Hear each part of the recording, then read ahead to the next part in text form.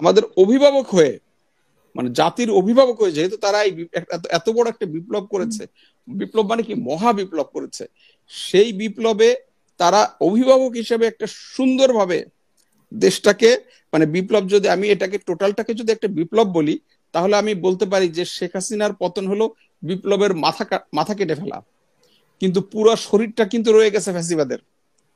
ফ্যাসিবাদের পুরো শরীরটা বিদ্যমান, প্রত্যেকটা জায়গায় বিদ্যমান।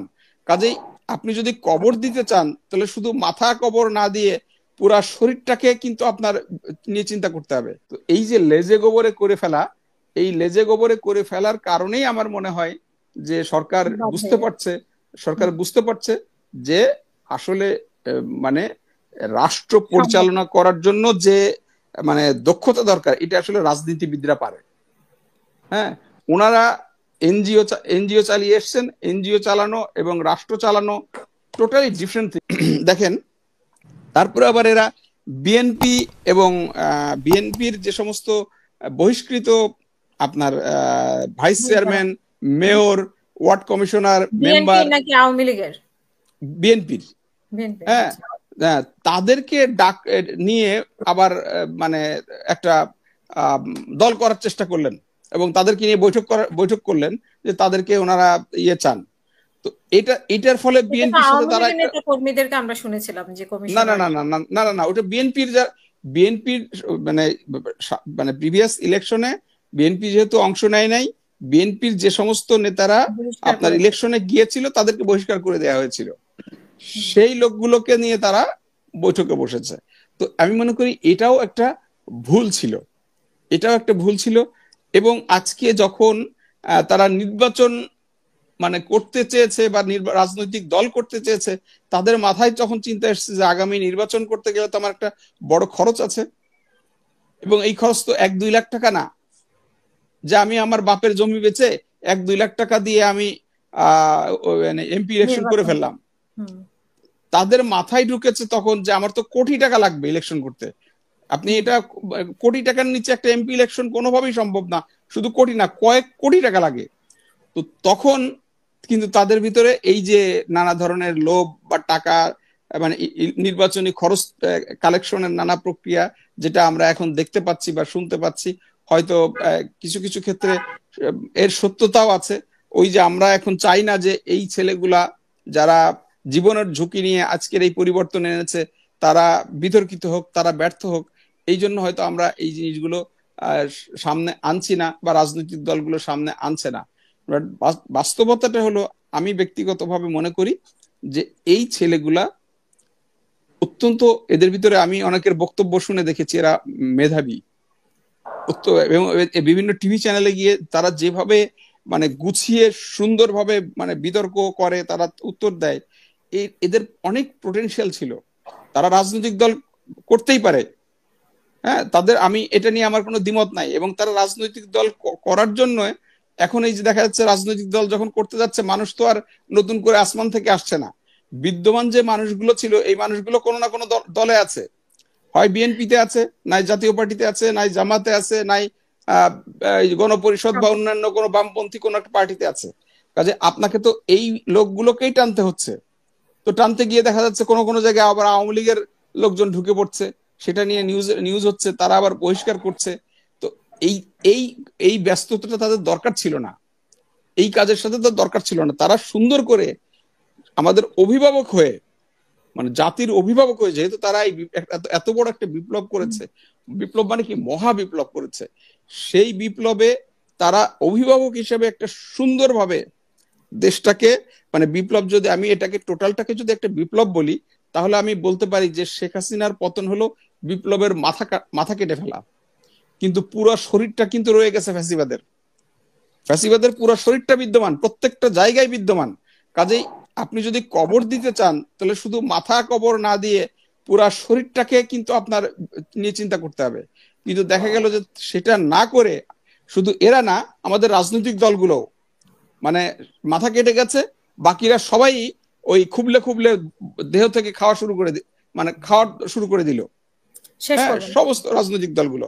তো এই বিভ্রান্তির কারণে একটা মানে সমস্যা তৈরি হলো। আপনি আরেকটা কথা বলেছেন হলো এই যে কি বলে প্রোক্লেমেশন অফ দ্য রেভলিউশন, হ্যাঁ, এটা কিন্তু খুব গুরুত্বপূর্ণ একটা জিনিস। আমি নিজে মনে করি যে এই কাজটা যদি আপনার এটাকে কি বলবো, যদি আগস্টে হতো তাহলে সবচেয়ে ভালো হতো।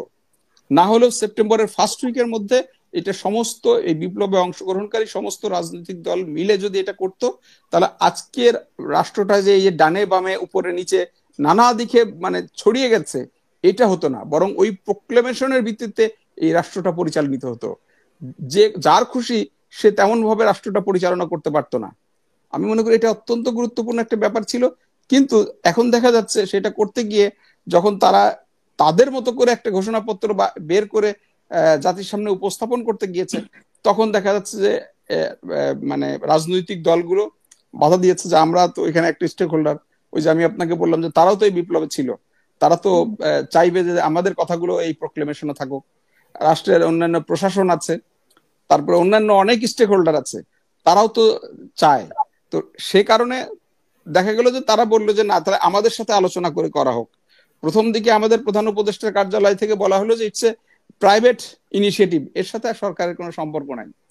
পরে বলা হলো যে না, এই প্রোক্লেমেশন সরকার দেবে, সমস্ত রাজনৈতিক দলগুলোর সাথে মিলে সরকার দেবে। তারপরে বলা হলো যে না, এইটা সরকার দেবে না, সরকার ফ্যাসিলিটেট করবে। এখন আবার আরেকটা কথা বলা হচ্ছে। তো এই যে লেজে গোবরে করে ফেলা, এই লেজে গোবরে করে ফেলার কারণেই আমার মনে হয় যে সরকার বুঝতে পারছে যে আসলে মানে রাষ্ট্র পরিচালনা করার জন্য যে মানে দক্ষতা দরকার, এটা আসলে রাজনীতিবিদরা পারে। হ্যাঁ, ওনারা এনজিও চালিয়ে এসছেন। এনজিও চালানো এবং রাষ্ট্র চালানো টোটালি ডিফারেন্ট থিং। মানুষকে হ্যান্ডেল করা এটা রাজনীতিবিদদের কাজ। তো সে কারণে তারা এখন বুঝতে পারছে যে আসলে এইভাবে যদি চলতে থাকে তাহলে দেশের ভিতরে আরো নৈরাজ্য হবে। এবং ওই যে আমরা যে প্রথমে আলোচনা করলাম, হ্যাঁ আমি শেষ করে ফেলছি, প্রথমে আলোচনা করলাম যে সীমান্তের বাইরে যারা আছেন, ওপারে যারা আছেন, তারা চেষ্টা করছেন নানাভাবে এই রাষ্ট্রটাকে অস্থিতিশীল করতে, এই সরকারকে ব্যর্থ করতে। এবং এই সরকার আবার ধরেন সংস্কারের কথা যেটা বলা হচ্ছে, সংস্কার করা উচিত ছিল যে সুন্দর এবং সুষ্ঠুভাবে ইলেকশন করার জন্য যে সংস্কারগুলো করা দরকার, যে যে সেক্টরে, সরকারের উচিত ছিল সেইগুলো বিষয় নিয়ে কথা বলা। সরকার এর ভিতরে নারী নীতিও সংস্কার করতে গেছে, সরকার এর ভিতরে শিক্ষানীতি সংস্কার করতে গেছে। তো এত কিছু তারা এই সংস্কার তো একটা চলমান প্রক্রিয়া, এটা একটা নির্বাচিত সরকার যে আসবে সে করতে পারতো, বা তার কাছে তারা একটা সাজেশন রেখে যেতে পারতো। তা না করে এখন যে কাজটা করছে, আমি খুব জানি না, আমি খুব কনফিউজ যে প্রশাসনিক সংস্কারের একটা জিনিস শুধু লিক হয়েছে, তারপরে সচিবালয়ে আগুন লেগেছে। এখন বাকি সংস্কারগুলো যখন এইভাবে সামনে আসবে, তখন এই দেশে কি ধরনের অস্থিতিশীলতা তৈরি হয়, এটাকে সুযোগ করে ব্যবহার করে ওই যে পতিত যারা আছে, আমি বললাম ফ্যাসিবাদের দেহ, হাত পা বা শরীর যারা আছে, তারা কি অবস্থা করবে, বা আমাদের ওপারের যারা আছে, যারা এটা মেনে নিতে পারেন নাই, তারা কিভাবে নেবে, সেটা কিন্তু খুব বড় ধরনের চ্যালেঞ্জের মুখে। আমি মনে করি সেখান থেকেই সরকার চাইছে একটি মানে নির্বাচন দেয়া। এবং আমরাও কিন্তু চাই যে দ্রুত নির্বাচন হোক। আবার নির্বাচন হোক বলে আমরা আবার এভাবে চাই না যেন তেন প্রকারের একটি নির্বাচন হোক। নির্বাচন অবশ্যই সুন্দর এবং সুষ্ঠু হতে হবে, সেটার জন্য একটা যৌক্তিক সময় দরকার। সেই যৌক্তিক সময় কতটুকু দরকার, আমার মনে হয় আমাদের দেশে যেহেতু মানে আমলারা যারা আছে তারা অনেক ইলেকশন করেছেন, তারা জানেন, রাজনীতিবিদ যারা আছেন তারা জানেন যে এই যৌক্তিক সময় কতটুকু লাগতে পারে। সেইটুকু সময়ের ভিতরে একটি নির্বাচন করা উচিত। এবং আমার মানে ব্যক্তিগত অনুরোধ, রাষ্ট্র পরিচালনার বাইরে নির্বাচনের বিষয়ে সরকারকে ফোকাস করা উচিত। অন্যথায় আরো অনেক কিছুর সাথে ইনভলভ হয়ে গেলে সরকার আরো বেকায়দায় পড়বে এবং সরকার আরো বিতর্কিত করবে। আমরা কোনোভাবেই চাই না এই সরকার বিতর্কিত হোক, এই সরকার ব্যর্থ হোক। আমরা কোনোভাবেই চাই না আমাদের এই যে যারা মানে জীবন বাজি রেখে এই বিপ্লব ছিনিয়ে এনেছে, সেই মানে সন্তানরা বিতর্কিত হোক বা ব্যর্থ হোক। হ্যাঁ, আমরা চাই তারা সুন্দরভাবে আমাদের দেশটাকে, যে মানে গণতন্ত্রহীন দেশটাকে যে গণতন্ত্রের রোডে তুলেছে, সেই রোডে গাড়িটাকে সুন্দরভাবে একটা মানে স্টার্ট দিয়ে চলমান অবস্থায় তারা রেখে যাবে। আমরা সবাই তাকে স্যালুট দিয়ে আমরা অভিনন্দন জানাবো এবং ভবিষ্যতে যদি তাদের কোনো রাজনৈতিক ইচ্ছা থাকে আমরা তখন সেটা তাদের এই সামগ্রিক কার্যক্রমে আমরা অবশ্যই বিবেচনা করে দেখব। অসংখ্য ধন্যবাদ।